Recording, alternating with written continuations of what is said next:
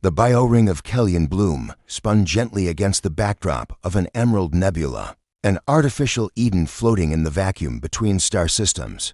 Flowers the size of suns opened beneath transparent domes, their petals glowing with biochemical radiance. Vines crawled up titanium towers, bees, mechanical and organic alike, zipped in lazy arcs above pollen mist. It had once been a collaborative effort, a Terran and Vari project, meant to reclaim the airless moons with artificial ecosystems. Once. Now, the human sector stood silent. Kelix, a feathered linguist from the Vari, stood at the edge of a wilting garden, blinking slow and long. Their wings, soft and speckled with blue, drooped slightly behind them. They had come for a routine translation cycle just like they had every week for 3 years. Only this time, there was no Terran liaison at the gate, no scent of coffee, or grease or synthetic soap, only silence. The others had left, of course. When the first news of Earth's absence filtered in whispers, hushed meetings, cryptic departures, most Vari assumed the Terrans were isolating temporarily. But this abandonment, Kelix paced slowly down the vine-covered path. The translator implant pinged into the human sector. No response, no biosigns, no heat trail, no beacon, except for one. Sector G greenhouse monitoring. One faint signal, the door hissed reluctantly open, and the smell that hit Kelix was immediate. Humid earth, wild basil, decay, and sweat. And someone was humming. Kelix stepped lightly into the greenhouse atrium, feathers flaring instinctively. Amid the dripping leaves and tangled roots stood a lone figure, human, tall, weary, their boots covered in compost. They knelt beside a cracked irrigation system, coaxing a stream of water from a half-broken valve. The human didn't look up. "I know that sound," the figure said quietly, still focused on the valve. "You're Vari, soft claws, double joints in your left foot, and your breath smells faintly like honey melon. So unless they've started cloning you, I'd say you're Kelix." Kelix froze. "And you are?" The human turned, wiping their face with a dirty sleeve. Green eyes, freckled skin, short curls matted with sweat. "Norl," they said. "Botanist, ghost, fool, depends who you ask." Kelix tilted their head. "They said the humans were gone." Norl nodded. "They are." "Then why are you still here?" The human's smile was faint. "Because someone had to water the orchids." They walked together that evening under the simulated sunset dome, where light bled across the garden in warm, golden gradients. Kelix tried not to stare too much at Norl's hands, rough, dirt-caked, shaking slightly when they thought Kelix wasn't looking. "So they left you?" Kelix asked gently. Norl plucked a seed pod from a vine and rolled it between their fingers. "Not exactly. I didn't board my shuttle. Couldn't." "Why?" "Because this place matters. Because the Vari didn't deserve to come back and find rot in their gardens. Because someone had to stay behind and say sorry." Kelix stopped walking. Their feathers bristled, not from offense, but something closer to heartbreak. "Sorry for what?" Norl shrugged. "Everything. The arrogance, the way we built and forgot, how we thought the galaxy owed us forgiveness for simply trying. But we worked together," Kelix murmured. "Did we?" Norl looked up. "Or did we just overlap for a while, pretending the cracks weren't spreading?" They fell into silence then, not hostile, but fragile, like frost forming on glass. Days passed. Kelix didn't report Norl's presence. They told themselves it was for observation, for scientific curiosity. But every day, Kelix returned. Norl showed them how to care for the dying orchids. Kelix helped repair the temperature regulators. They spoke of ancient Vari poems and Terran folk songs, trading verses beneath hanging moss. And at night, they sat on the garden tower roof and watched the stars through the reinforced dome. The space beyond was too quiet, the usual dance of freighters, the blink of Terran signal relays, all gone. "Do you ever think they'll come back?" Kelix asked once. Norl didn't answer right away. "They shouldn't. Not until the galaxy stops seeing us as tools." "But I never did," Kelix whispered. Norl turned to them slowly, eyes unreadable. "I know." And they leaned in, not kissing, not yet, but close enough that Kelix felt the warmth of their breath, close enough to remember it later. There was a storm one evening, simulated, of course, but powerful. Wind howled through the vents. and power flickered in the greenhouse. Helix and Norrell ran to the emergency core, hands brushing as they worked to stabilize the climate systems. When the lights steadied, Norrell laughed, breathless, almost wild. "You know, I think I forgot how to be alone, really alone, until everyone left." "You're not alone now," Helix said. Norrell stared at them. "That's the problem." Helix's crest twitched. "You don't want me here." "I do. That's why it's a problem." Norrell stepped closer. "I didn't mean to care. It just happened." Helix touched Norrell's hand, claws curling gently around their fingers. "It happened to me too." Their first kiss was quiet, beneath a flowering starless tree, petals glowing faintly in bioluminescent blue. They stood close enough to hear each other's heartbeats. "I'm afraid," Norrell whispered. "So am I," Helix replied, and they kissed like the stars were watching, like silence had taught them what noise never could. Later, Helix found themselves staring out at the human sector, now half overgrown with vine and dust. "Do you think the others ever noticed what you stayed for?" they asked. Norrell shook their head. "Does it matter?" "It matters to me." Norrell smiled. "Then I guess it was worth it." The next week, a Vari scout ship passed nearby. Helix sent no report. No mention of Norrell. No note on the last human who stayed behind. Some stories were not meant to be archived. Some stories were meant to be lived. And in the quiet heart of Kellyan Bloom, among tangled roots and shared silence, Helix and Norrell tended to a garden that grew even as the stars mourned what was lost. Not every human vanished. Not every goodbye was final. Some remained like seeds in soil, waiting for the right touch to bloom again. The freight lanes near the Inari Drift had once pulsed with Terran vessels, merchant convoys, diplomatic couriers, even pleasure yachts from Earth's equatorial sea cities.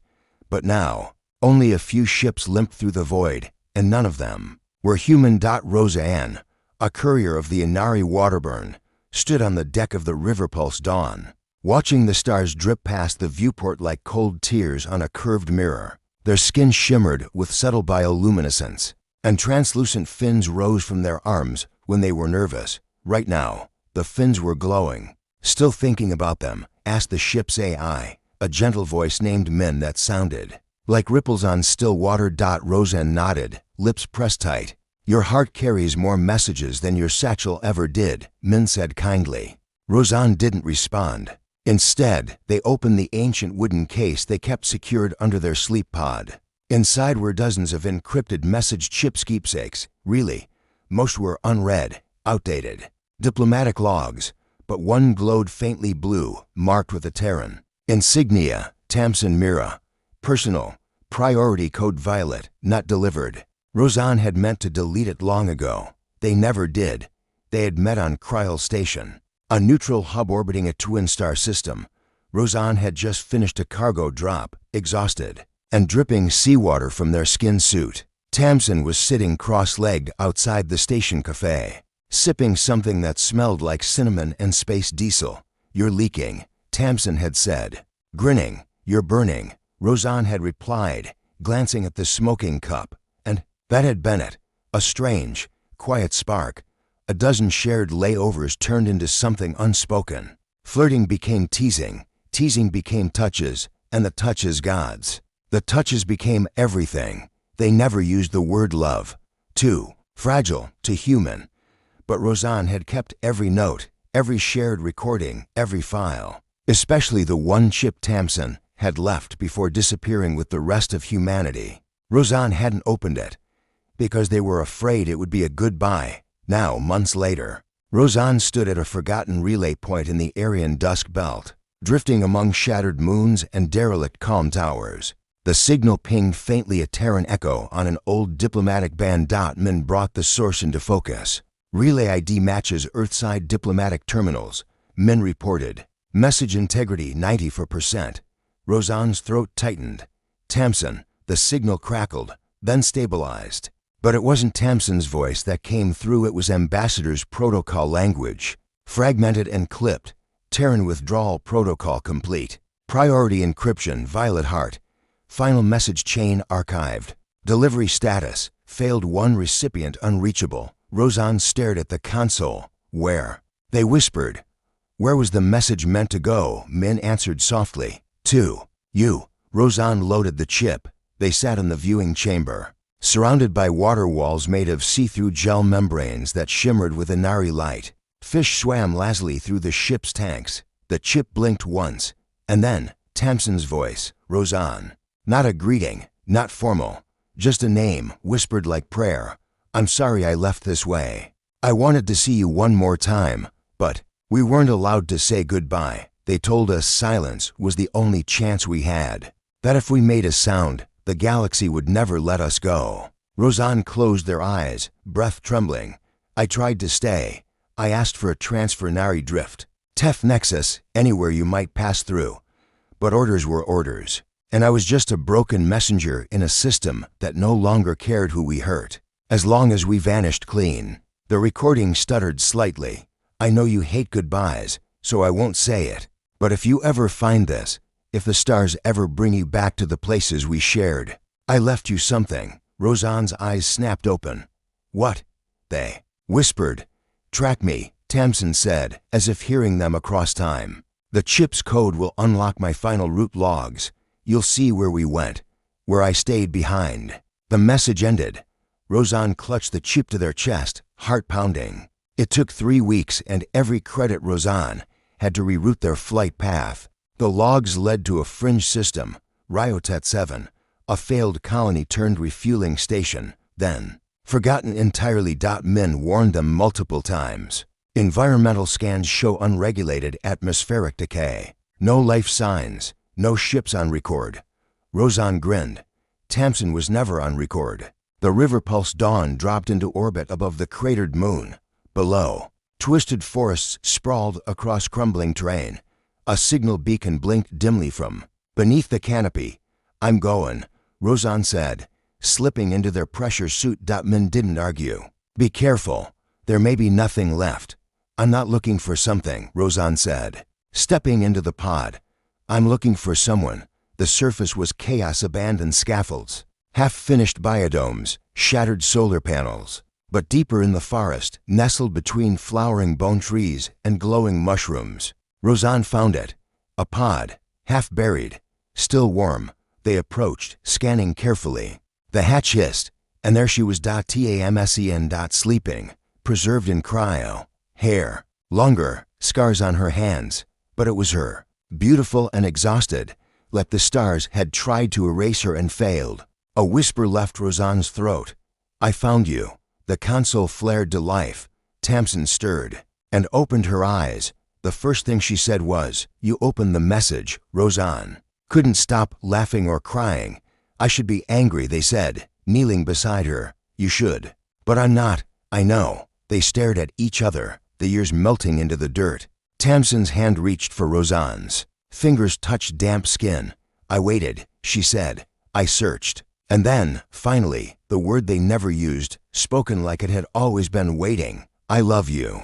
Rozan said. Tamsen didn't respond, not with words. She kissed them, and the forest bloomed. They didn't go back right away. The ship waited. Above, and the stars whispered their names. But down here in a forgotten garden of ghosts, love had rooted itself too deeply to be rushed.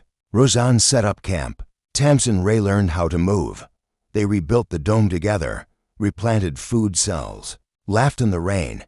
I used to think you were the soft one, Tamsin said one night, curled up in a woven hammock beside them.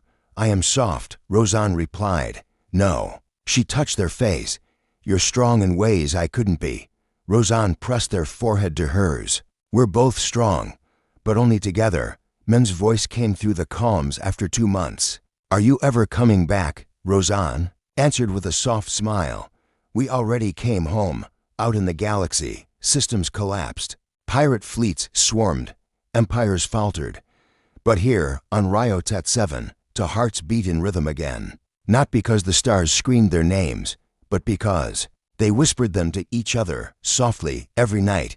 And finally, they were heard. The mining colony Jaren Delta was dying slowly, like a heart trying to beat without blood. The last terraforming vents sputtered heat in irregular bursts, and the artificial gravity gave up now and then, just long enough to remind its occupants. How fragile everything was. Juno drifted across the empty mess hall, magnetic boots clinking against the metal floor. Their suit was patched, their hair uneven, their knuckles bandaged. The oxygen monitor on their wrist blinked yellow. 2 more days, maybe 3, still nothing? Juno asked, activating the colony calm relay. No response. Again. They let their head fall forward onto the cold panel. Damn it, they weren't supposed to be here. When humanity withdrew, Juno had been grounded due to a system fault in their freighter's core, non-critical. The text said. Then the silence came. No pickup, no orders, just nothing. As if the stars had closed their eyes and forgotten. Then. Most of the miners left. The rest either died or vanished trying to cross the desert wastes to reach other domes. Juno stayed, because the engines weren't working, because the signal wasn't strong enough, because they were terrified they'd missed the last ship home. The silence broke on the 21st day. A flicker on the long-range scanner. One ship, small, limping. Me via insectoid, 6 limbs. Delicate face beneath a lattice of protective chitin. Touched down beside Juno's failing biodome, with all the grace of a stone. Tossed in a vacuum. Juno ran toward the ship, coughing in the sulfur-rich air. As the hatch opened, they raised their tool gun. State your origin. The reply came, thick-accented, polite, independent trader, emergency landing. I don't want to fight. A moment later, Mavia stepped out. Her carapace shimmered silver green, and her eyes, impossibly large and bright, blinked twice. I'm Juno, they said stiffly. Mavia, she replied. This planet hates everyone, yes. Juno lowered the tool gun and gave a tired smile. They repaired the dome together, working in rhythm. Mavia was sarcastic, sharp, efficient. She made jokes that Juno didn't always understand, especially when translated through her voice filter. But her presence was comforting in the way a hot meal is on a cold day. Unexpected, necessary. So, human, she said one night while sealing a leak in the power conduit. Why are you still here? Why are you? I crashed. Same. She looked up from her toolkit. You didn't try to leave, I did. The emergency launch failed. Twice. Mavia nodded. Same. They sat in silence for a bit. The electric hum of the dome a low, constant heartbeat. Did they forget us? Mavia finally asked. Juno didn't answer. Because yes, they did. Over the next week, things began to shift. They scavenged the dead storage facilities. Mavia rebuilt the hydrofiltration unit using leftover turbine parts. Juno cooked, told bad jokes, played old Terran music on their personal data pad. When gravity flickered, they would float together, sometimes in silence, sometimes in laughter. You dance strangely. Mavia commented during one 0G moment. You're not supposed to critique a dance partner. Juno retorted. I'm not a partner, she said, tilting her head. I'm company. Companions can critique. Juno floated closer. So we're companions now? Mavia's antennae flicked once. I've shared recycled air with worse. It was the closest either of them got to admitting they enjoyed the other's presence. One night, Juno found her staring up at the ceiling screen, which was set to show a starfield, a memory of sky, projected against failing glass. You ever lose anyone? Juno asked softly. Yes, she said. Before you ask, I don't want to talk about them. I wasn't going to. Juno paused. I lost a pilot once, close friend. He always said gravity was just emotional attachment. Pretending to be physics, that's absurd, is it? Mavia tilted her head. It's poetic, which is another word for incorrect. They both smiled, and then Juno drifted closer, brushing her hand with theirs. It wasn't a declaration. It was an acknowledgement. They were still here. Together. When the water reserves began to run low, they knew they had a decision to make. Your ship's fuel reserves are shot, Juno said. Mine's engine is dead. We've got half a dome's worth of power cells, one working rover, and a half-dead transceiver. Mavia tapped her claws on her metal cup. I'm open to ideas. I think we combine everything into one survival pod. Build it together, reinforce it, launch it in 3 days. Mavia blinked. We might survive, or not. We could stay. Juno hesitated. Why? Mavia turned toward them. Her voice quieted. Because I like this version of dying more than the others. They didn't say anything after that. They kissed the night before the launch. It wasn't smooth. Juno bumped their nose on her chitin. Mavia's mandibles clicked awkwardly. But it was still real, unexpected, unspoken, sacred. I didn't expect you, Mavia whispered. Neither did I, Juno replied. They sat back to back for the rest of the night, watching the stars flicker in and out through the dome. Gravity flickered again. And when they floated, they held hands. Not to stay tethered, but because it helped them feel real. The pod launched at dawn. A shaky thrust, a cloud of ash, and then silence. They didn't look back. They didn't need to. What they built thereon, a forgotten moon in a dying dome, had already become part of the stars. Love wasn't always built in safe places. Sometimes it was born in the rubble. And even if gravity forgot them, they remembered each other. The planet Sci-Fi had never known peace long before humanity arrived. It had been a battlefield, ancient conflicts fought beneath emerald storms, scars etched into continents that no amount of terraforming could ever hide. After humanity left, Sci-Fi was forgotten entirely. The last reports listed it as hostile, uninhabitable, politically unviable, but still, someone lived there, and someone else had just crash-landed. The escape pod skidded across shattered obsidian plains, smoke billowing from its rear thrusters. It struck a jagged ridge, rolled twice, and came to rest half buried in pale dust. Silence fell, broken only by the crackle of fire. Inside, Telrun, former communications officer of the Terran Civilian Rescue Corps, blinked against a red warning HUD. Blood trickled into their right eye. Everything was sideways. They groaned, fumbled for the hatch, and kicked it open with what strength they had left. The world outside was quiet. Wind stirred the ash. The sky, veiled in gold mist, shimmered with toxins. Telrun staggered into the light, coughing, suit torn at the hip. This, they muttered, is not great. The oxygen monitor blinked yellow. They had 22 hours. She found him before he found water. Her name was Kever, a native of Sci-Fi, a people the galaxy had long assumed extinct. She emerged from the rocks like a wraith, wrapped in gray cloth, eyes painted with ochre, a curved blade at her hip. Down, she commanded in a gravelly voice. Telrun froze, hands raised. Easy. I'm unarmed. Crashed an hour ago. Remove your helmet. You what? Helmet, she repeated, stepping closer. Now, he hesitated. You're going to let me suffocate. She tapped the air beside his face. This valley's air is thin. Toxic to you in 6 hours, not immediately. Telrun slowly removed the helmet. The air was dry, metallic, tinged with ozone. He coughed, stumbled, and she caught him, stubborn. She muttered, like the rest of you. You've met humans before. He rasped. She didn't answer. She just walked, guiding him toward a rock shelf where a narrow cave. Mouth opened beneath the ridge. The cave was beautiful.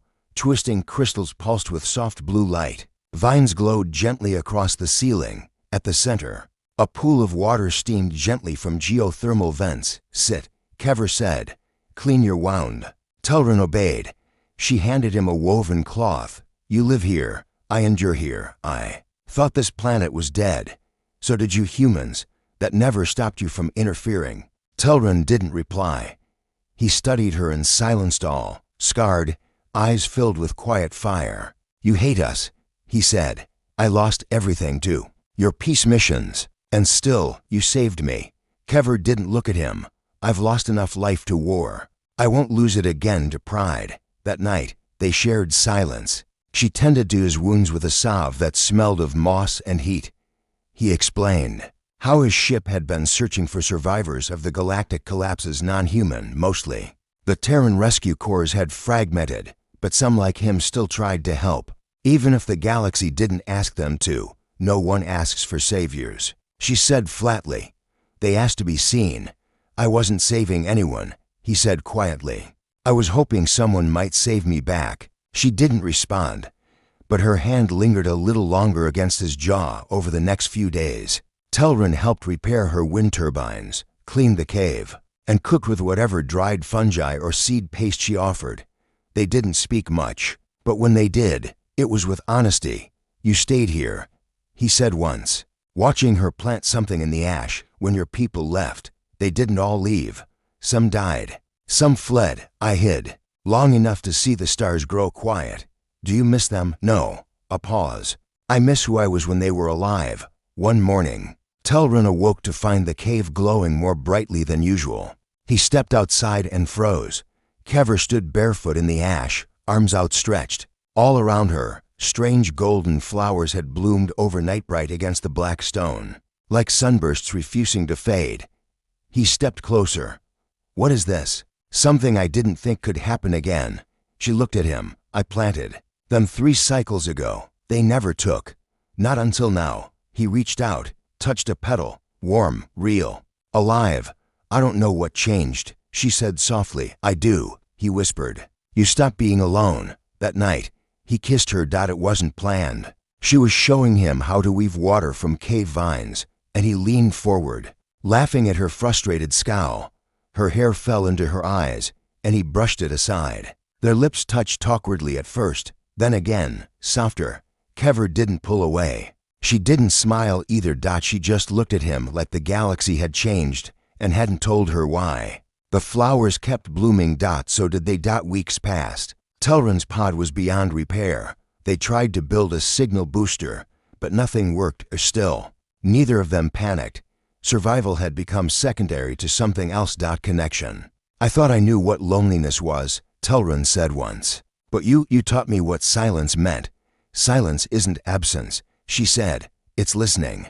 To what? To what's been here all along. When the rains came, black clouds shedding silver water, Telrun stepped outside into the storm. It soaked him instantly, washing away weeks of dust and blood.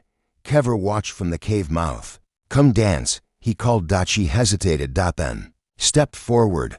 Together, they moved through the ash and rain, hands clasped, lips parted with laughter. The planet had been born in war, but here finally it bloomed. They never left Senivai. No rescue ship ever came. No transmission reached them, but they stayed. Not because they were trapped, but because love had finally taken root in the one place the galaxy had forgotten. And in the ashes of every broken empire, something beautiful grew. In the orbit of the ancient gas giant Torun 6, the observatory station Kefros Blue spun silently, its windows staring into the void like the eyes of a forgotten god. Inside, the last human on the station whispered a name to herself, Nerine. She said it again, as if saying it enough might summon her. But the comm lines remained dead. The stars mute. Lirae, xenobotanist and relay technician, had been assigned to Kefros Blue 6 months before the exodus. She hadn't left with the others. She hadn't even been invited, not because she wasn't skilled, but because she was in love with someone the council didn't approve of. Nare and a non-Terran, a light-form entity, an exile from the Veshai collective drifting brilliance that took shape only when she chose to. She had lived inside the station's containment fields, flickering like a nebula in a jar, and she had loved Lyrae back. Before the silence came, Nerine had tried to warn her. They're going to pull you out, she said, her voice like wind on crystal. You're not like them. You feel too much. Lyrae laughed. Says the being made of plasma and regret. They'd kissed Lyrae, pressing her lips to the glass, Nerine surging in waves of color. It wasn't conventional. It wasn't even possible by most standards. But it was real. And then, one night, Lyrae had woken up to silence. The lab was cold. The glass was empty. And the human beacons were gone. For 6 months, she stayed on the station, refused evacuation. When the emergency shuttles came, she pretended to be injured. She watched from the dark as Earth's final diplomatic lines cut off. No war, no protest, just absence. Lyrae didn't cry. She searched. Every day. She checked the array every night. She sat by the empty field where Nerine had once danced. Are you still out there? She whispered. The station never answered, but neither did she stop asking. It was the 184th day when the signal came. Just a flicker, something brushing against the station's outer field. Not a ship, not a beacon, a shape, a presence. Impact warning. The system chirped. Lyrae ran to the viewport. Nothing. Then, just as she was about to turn away, the light bent. like something invisible was passing through it. Lyra gasped. Narine. The containment lab reactivated without her touching it. The sensors flared, and the glass lit up. She stumbled into the chamber, heart racing. There, in the middle of the field, hovered a soft distortion, glowing faintly, not full, not stable, but familiar. Narine, Lyra whispered. You came back. The light pulsed, a tone rose, resonating in her bones. Then dashed slowly. Painfully, Narine's voice formed. You didn't leave. Tears blurred her eyes. You didn't either. I couldn't. I fractured when the Terran relays collapsed. I couldn't hold my form. I scattered, across subspace, drifted. But why return now? Lyra stepped closer. Why risk pulling yourself back together? Narine's tone cracked. Because I remembered your voice. And Lyra broke. Because it wasn't about politics. It wasn't about empires or stars or species. It was about a promise, a kiss on glass, a name whispered into the void. Over the following days, Narine reformed. Lyra rerouted the station's energy fields, built a new containment frame using fusion wiring, and tuned the atmospheric resonance to match the frequencies that gave Narine her shape. It wasn't perfect, but it was enough. Each night, Narine returned more, a streak of light, a whisper of form. By the seventh night, she hovered fully in the chamber, no longer flickering. You remembered how to love, she said. I never stopped. Lyra answered. They didn't need physical touch. Their connection had never been about that. It was in the way their words curled around each other. In the way they waited. Listened. Healed. One day, a message reached the station, a broken, wideband pulse. Coordinates. A whisper, human vessel, sighted, drift signal near Sol. Lyra stared at it. Earth. Narine floated closer. You could go. I could. You should. Silence passed. Then Lyra said, will you come? Narine dimmed slightly. My kind never wanted me. Your kind left. You. But together, she flickered warmly. We are whole. Lyra touched the containment field. Then let's go home, even if it doesn't exist anymore. We'll make something new. Where? Anywhere. They converted the station's observatory module into a long-range drift pod.